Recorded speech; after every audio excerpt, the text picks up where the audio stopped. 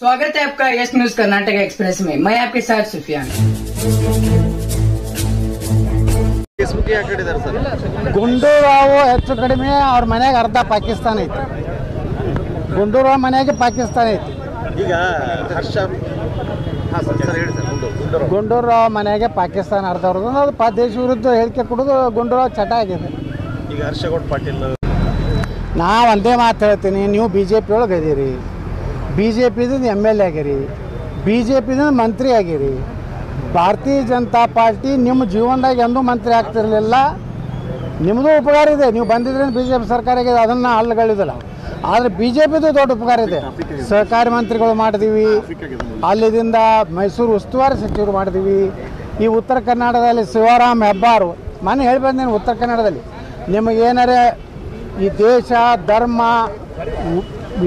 ದೇಶದಲ್ಲಿ ಇರಬೇಕಾದ್ರೆ ನೀವು ಮೋದಿಯವ್ರದ್ದು ನೀವು ಎಲೆಕ್ಷನ್ ಮಾಡಬೇಕು. ಹೇಳ್ತಾರೆ ಸರ್, BJP ಒಳಗಡೆ ಬರುವಾಗ ಜಾಮೂನು ಎಲ್ಲ ಸಿಹಿ ಪದಾರ್ಥಗಳು ಕೊಡುತ್ತೆ, ಆಮೇಲೆ ವಿಷ ಹಾಕಿಬಿಡ್ತಾರೆ. ಯಾರು ವಿಷ ಹಾಕಿಲ್ರಿ? ವಿಷ ಹಾಕಿದ್ರೆ ಸತ್ತು ಹೋಗ್ತಿದ್ರಲ್ಲ ಅವ್ರು. ಜೀವಂತ ಹೆಂಗಿರ್ತಾರೆ? ವಿಷ ಹಾಕಿದವರು ಸತ್ತು ಹೋಗ್ತಾರೇನು?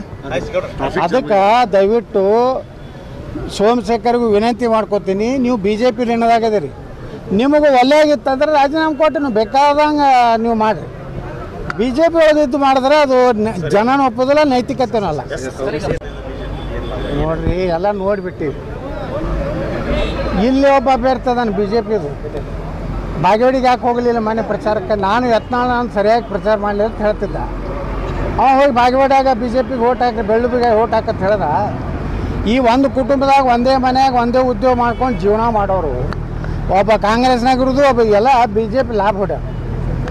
ಇಂಥವ್ರಿಂದ ಏನು ಪಾರ್ಟಿಗೆ ಲಾಭ ಆಗೋದಿಲ್ಲ. ನಾಲ್ಕು ನೋಡ್ರಿ, ಈಗ ಇಡೀ ದೇಶದಲ್ಲೇ ಒಂದು ವಾತಾವರಣ ಇದೆ.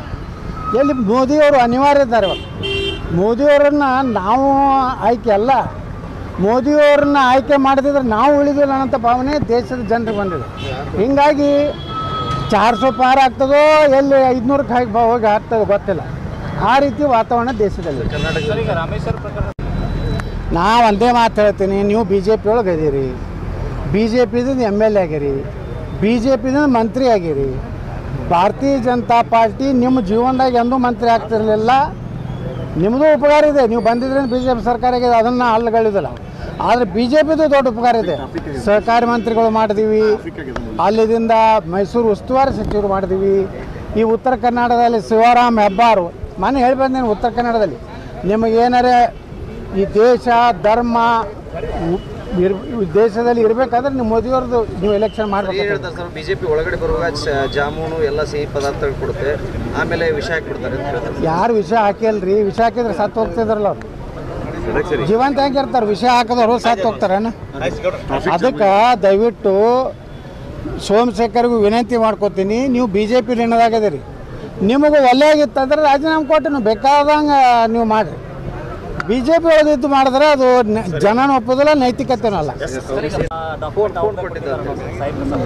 ನೋಡ್ರಿ, ಏನಾಗ್ತೈತಿ, ಅವರು ಮೊಬೈಲ್ ವ್ಯಾಪಾರಿಗಳಿರ್ತಾರೆ, ಅವ್ರ ಬಳಿ ಯಾರು ಗಿರಾಕಿ ಬಂದಿರ್ತಾರೆ ಏನು ಗೊತ್ತಾ? ಆ BJP ಇರಲಿ ಕಾಂಗ್ರೆಸ್ ಇರಲಿ ಯಾರೇ ಇರಲಿ, ಈಗ ಅವನ ತನಿಖೆಗೆ ನಾನು ಎಲ್ಲ ರೀತಿ ಸಹಕಾರ ಮಾಡ್ತೀನಿ ಅಂತ ಹೇಳಿದ್ದಾನೆ, ಸಮಸ್ಯೆ ಇಲ್ಲ. ಫೇಸ್ಬುಕ್ಗೆ ಹಾಕಿದ್ದಾರೆ ಸರ್.